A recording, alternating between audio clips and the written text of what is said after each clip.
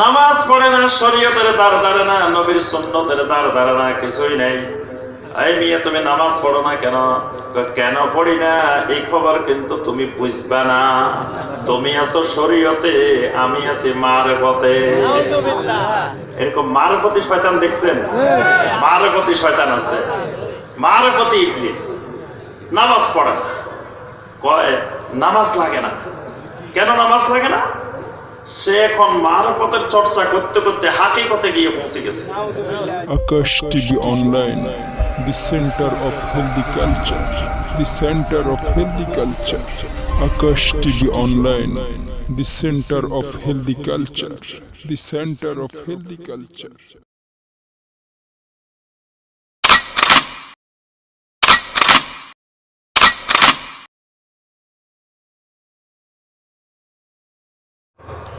তাহলে আমরা যে কথাটা বলতেছিলাম, আল্লাহ রাসূল সাল্লাল্লাহু আলাইহি ওয়াসাল্লাম বলতেছেন, খবরদার লা তুতরুনি, আমার সম্মানের ব্যাপারে, আমার মর্যাদার ব্যাপারে অতিরঞ্জন করিও না, বাড়াবাড়ি করিও না। ফা ইন্নামা আনা আব্দুল্লাহ, আমি হলাম আল্লাহর গোলাম। ফাকুলু আব্দুল্লাহি ওয়া রাসূলুহু, তোমরা আমার ব্যাপারে বলিও যে মুহাম্মদ সাল্লাল্লাহু আলাইহি ওয়াসাল্লাম আল্লাহর গোলাম এবং আল্লাহর রাসূল। আমাকে বলবা আব্দুল্লাহ, আমি আল্লাহর একজন গোলাম, আর আমি রাসূলুল্লাহ, আমি আল্লাহর একজন রাসূল। কিন্তু পরে রাসূল, আগে আমি গোলাম। আচ্ছা, এবার বলেন, আমাদের উপরে যেমন 5 ওয়াক্ত সালাত ফরজ, আল্লাহ রাসূল সাল্লাল্লাহু আলাইহি ওয়াসাল্লামের উপরে 5 ওয়াক্ত নামাজ ফরজ ছিল কিনা? ছিল। আল্লাহ রাসূল সাল্লাল্লাহু আলাইহি ওয়াসাল্লাম মৃত্যুর পূর্ব পর্যন্ত 1 ওয়াক্ত নামাজ ছাড়ছেন কিনা? না। নবী সাল্লাল্লাহু আলাইহি ওয়াসাল্লাম 1 ওয়াক্ত নামাজ ছেড়ে দিয়েছেন? না। অসুস্থ অবস্থায় নবী সাল্লাল্লাহু আলাইহি ওয়াসাল্লাম হেঁটে স্বাভাবিকভাবে মসজিদে যেতে পারেন নাই। দুইজন সাহাবীর কাঁধে ভর করে মসজিদে গিয়ে জামাতে শরীক হয়েছেন। একদিন মসজিদের জামাতে যেতে পারছেন না। আল্লাহ রাসূল সাল্লাল্লাহু আলাইহি ওয়াসাল্লাম আম্মা জান আয়েশাকে বলেন, আয়েশা, মসজিদে আমার উম্মতরা জামাতে নামাজ পড়তেছে, আমি নবী একটু এই দৃশ্যটা দেখে যাই, পর্দাটা একটু আমার ঘরের দরজা সরাই দাও। আম্মা জান আয়েশা রাদিয়াল্লাহু তাআলা দরজাটা একটু সরাই দিলেন, পর্দাটা সরাই দিলেন। নবী সাল্লাল্লাহু আলাইহি ওয়াসাল্লাম জামাতের দৃশ্য দেখছেন আর চোখের পানি ফেলছেন। আল্লাহর কাছে দোয়া করছেন, আল্লাহ, আমি দুনিয়া থেকে চলে যাওয়ার পরেও আমার উম্মত যেন কিয়ামত পর্যন্ত এরকম জামাতের সাথে নামাজ পড়ে। আল্লাহ রাসূল সাল্লাল্লাহু আলাইহি ওয়াসাল্লাম 1 ওয়াক্ত নামাজও ছাড়েন নাই মৃত্যু পর্যন্ত। এখন ওই রাসূলের উম্মতের মধ্যে এমন মানুষ তৈরি হয়েছে নামাজ পড়ে না।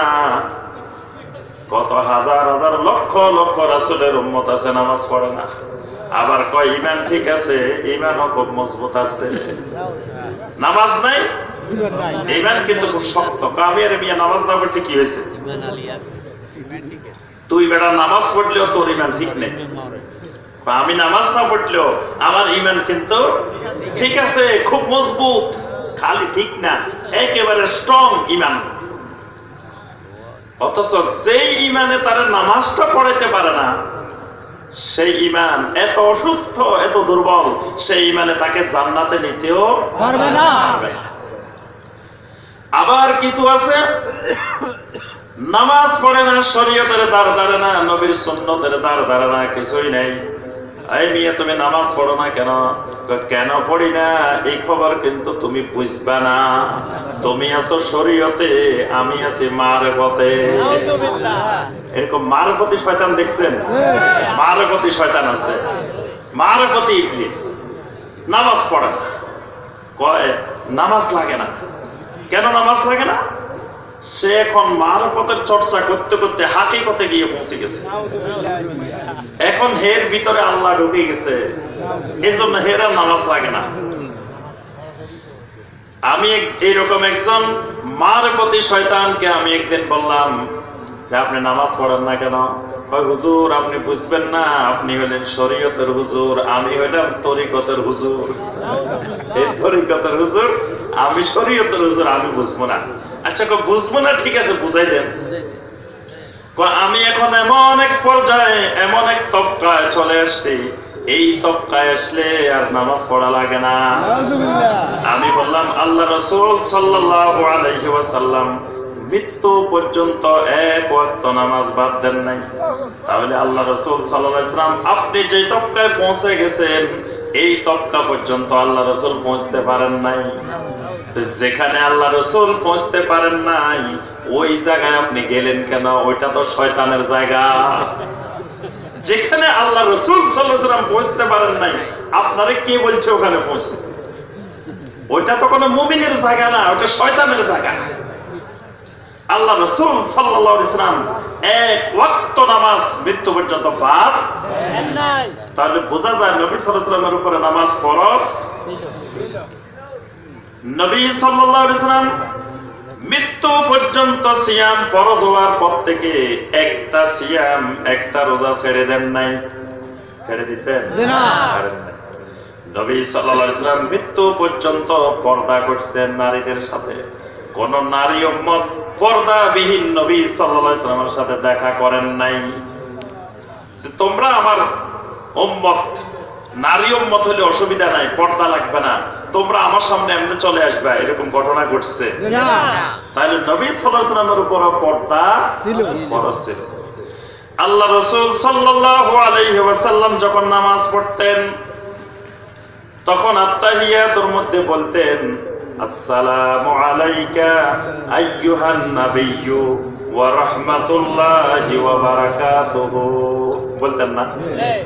নবী সাল্লাল্লাহু আলাইহি ওয়াসাল্লাম বলতেন আল্লাহুম্মা সাল্লি আলা মুহাম্মাদিন ওয়া আলা আলি মুহাম্মাদ, আল্লাহুম্মা বারিক আলা মুহাম্মাদিন ওয়া আলা আলি মুহাম্মাদ। এখন যিনি পড়তেছেন উনি তো মুহাম্মদ, কি বলেন? যিনি বলতেছেন আসসালামু আলাইকা আইয়ুহান নাবিয়্যু ওয়া রাহমাতুল্লাহি ওয়া বারাকাতুহু, তিনি তো আইয়ুহান নবী।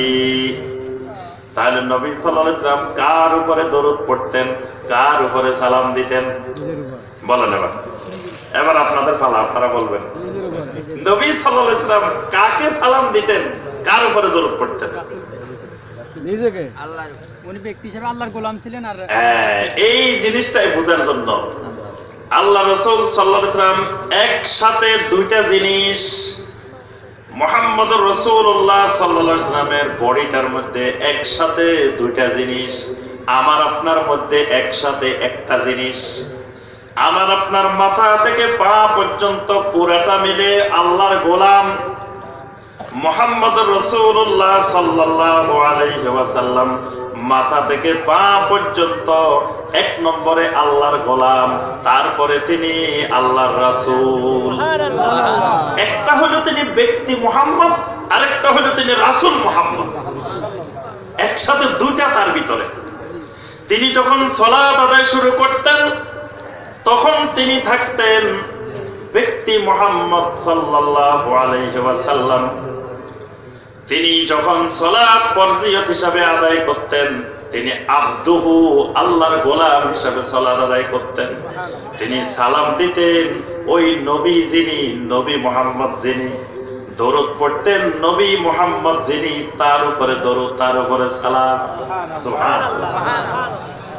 তাহলে মুহাম্মদ সাল্লাল্লাহু আলাইহি ওয়াসাল্লাম প্রথমে আল্লাহর গোলাম। তাহলে আল্লাহর গোলাম আব্দ শব্দ ব্যবহার করা হয় মানুষের ক্ষেত্রে নাকি জিনের ক্ষেত্রে, না ফেরেশতার ক্ষেত্রে? আব্দ, গোলাম, এই শব্দটা আল্লাহ পাক কোরআন এবং হাদিসে শুধুমাত্র মানুষের জন্য ব্যবহার করছেন। জিনদের জন্য আল্লাহ রাব্বুল আলামিন আব্দ শব্দ ব্যবহার করেন নাই, ফেরেশতাদের জন্য আল্লাহ রাব্বুল আলামিন আব্দ শব্দ ব্যবহার করেন নাই। ফেরেশতারা কিসের তৈরি বলেন তো দেখি? ফেরেশতারা, আল্লাহ রাসূল সাল্লাল্লাহু আলাইহি ওয়াসাল্লাম বলেন খুলিকাতিল মালাইকাতু মিন নূর, ফেরেশতাদেরকে সৃষ্টি করা হয়েছে নূর থেকে। আর ওয়া খালাকাল জান্না মিন মারিজিম মিন নার, জিনদেরকে বানানো হয়েছে আগুনের থেকে, মানুষকে বানানো হয়েছে কিসের থেকে? মাটি থেকে। তাহলে আল্লাহ রাসূল সাল্লাল্লাহু আলাইহি ওয়াসাল্লাম মানুষ নাকি জিন নাকি ফেরেশতা? তাহলে নবী সাল্লাল্লাহু আলাইহি ওয়াসাল্লামকে যদি নূরের দিয়ে বানানো হয় তো তিনি মানুষ হলো কেমনে? এখান থেকে কইতেছেন মানুষ, আবার কইতেছেন নবী সাল্লাল্লাহু আলাইহি ওয়াসাল্লাম নূরের তৈরি। ফেরেশতারা আল্লাহ রাব্বুল আলামিন ফেরেশতাদেরকে বানাইছেন নূর দিয়ে, মানুষকে বানাইছেন আল্লাহ রাব্বুল আলামিন মাটি দিয়ে। ফেরেশতার মর্যাদা বেশি না মানুষের মর্যাদা বেশি? ফেরেশতার মর্যাদা বেশি না মানুষের মর্যাদা বেশি? আল্লাহ রাব্বুল আলামিন মানুষকে সাজদা করতে বলছেন ফেরেশতাদেরকে। তাইলে নূরওয়ালা নূরের তৈরি ফেরেশতা সাজদা করছে মাটির তৈরি মানুষ। মাটির তৈরি মানুষকে নূরের তৈরি ফেরেশতা সাজদা করছে। ইবলিস তো এই জায়গায় যুক্তিবাদী হয়েছিল। ইবলিস বলে খলাকতানি মিন নার ওয়া খলাকতাহু মিন তিন, এরে বানাইছো মাটি দিয়ে, আমারে বানাইছো আগুন দিয়ে। আগুনের দাম বেশি, চেষ্টা করলে মাটি আগুনের করবো, আগুনে মাটিরে করবে না। কিন্তু ফেরেশতাদেরকে যখন আল্লাহ পাক বললেন ফাসাজাদাল মালাইকাতু কুল্লুহুম আজমাউন, সমস্ত ফেরেশতারা সাথে সাথে সিজদা করে ফেলছে। এখন আল্লাহ রাসূল বলতেছেন আমি আল্লাহর গোলাম, আমি আব্দ, আমি একজন মানুষ। ইন্নামা আনা বাশারুম মিসলুকুম, আমি একজন বাশার। আমরা কই না না খবরদার, আমিও মানুষ, আল্লাহ রাসূলও মানুষ। কত বড় বেয়াদবি হয়ে যায়। আল্লাহ রাসূলের মানুষ বানানো যাবে না, ফেরেশতা বানাইতে হইব। এখন আমি সম্মান বাড়াইতে গিয়ে নবী সাল্লাল্লাহু আলাইহি ওয়াসাল্লামের সম্মান কমাই দিছি। কিন্তু আল্লাহ রাব্বুল আলামিন আল্লাহ রাসূল সাল্লাল্লাহু আলাইহি ওয়াসাল্লামের সম্মান মর্যাদা ওয়া রাফা'না লাকা যিকরাক, আল্লাহ বলেন রাসূল আমি আপনার জিকিরকে এমন পর্যায়ে নিয়ে গেছি প্রতিদিন 5 বার লক্ষ লক্ষ মসজিদে আযানের ধ্বনি উচ্চারিত হয়। সেখানে যেমন বলে আশহাদু আল্লা ইলাহা ইল্লাল্লাহ, আশহাদু আল্লা ইলাহা ইল্লাল্লাহ, সাথে সাথে বলে আশহাদু আন্না মুহাম্মাদার রাসূলুল্লাহ, আশহাদু আন্না মুহাম্মাদার রাসূলুল্লাহ। এক মসজিদে দৈনিক 10 বার ঘোষণা হয় আশহাদু আন্না মুহাম্মাদার রাসূলুল্লাহ। তাহলে বাংলাদেশের 3 লক্ষ মসজিদে এক মসজিদে যদি 10 বার করে হয়, 3 লক্ষ মসজিদে কত লক্ষ কত কোটি বার উচ্চারিত হয়। সুবহানাল্লাহ। যতবার মানুষ নামাজ পড়ে প্রত্যেকবার আত্তাহিয়াতুর মধ্যে বসলেই তাকে বলতে হয় আসসালামু আলাইকা আইয়ুহান নাবিয়্যু ওয়া রাহমাতুল্লাহি ওয়া বারাকাতুহু। আল্লাহর জমিনে 1 মিনিট 1 সেকেন্ড 1 মুহূর্ত বাদ যায় না যেই মুহূর্তে আল্লাহর কোটি কোটি বান্দা বলতেছে না আসসালামু আলাইকা আইয়ুহান নাবিয়্যু ওয়া রাহমাতুল্লাহি ওয়া বারাকাতুহু। আল্লাহুম্মা সাল্লি আলা মুহাম্মাদ ওয়া আলা আলি মুহাম্মাদ। সুবহানাল্লাহ। তাহলে আল্লাহ রাব্বুল আলামিন নিজেই আল্লাহ রাসূলের মর্যাদা বাড়াই দিবেন। আমি আপনি কি বাড়াবো? আমি আপনি যখন বাড়াতে যাব তা আমার আপনার জ্ঞান হলো সংক্ষিপ্ত জ্ঞান, অল্প জ্ঞান। আল্লাহ বলতেছেন ওয়ামা উতিতুম মিনাল ইলমি ইল্লা কলিলা, বান্দা তোদেরকে ইলম দিছি একেবারে সামান্য এক মোটা। এই ইলম দিয়ে রাসূলের কি মর্যাদা বাড়াইবে? আল্লাহ রাব্বুল আলামিন আলিম হিসাবে, হাকিম হিসাবে আল্লাহ পাক আল্লাহর নবীর মর্যাদা বাড়াই দিয়েছে। সুবহানাল্লাহ।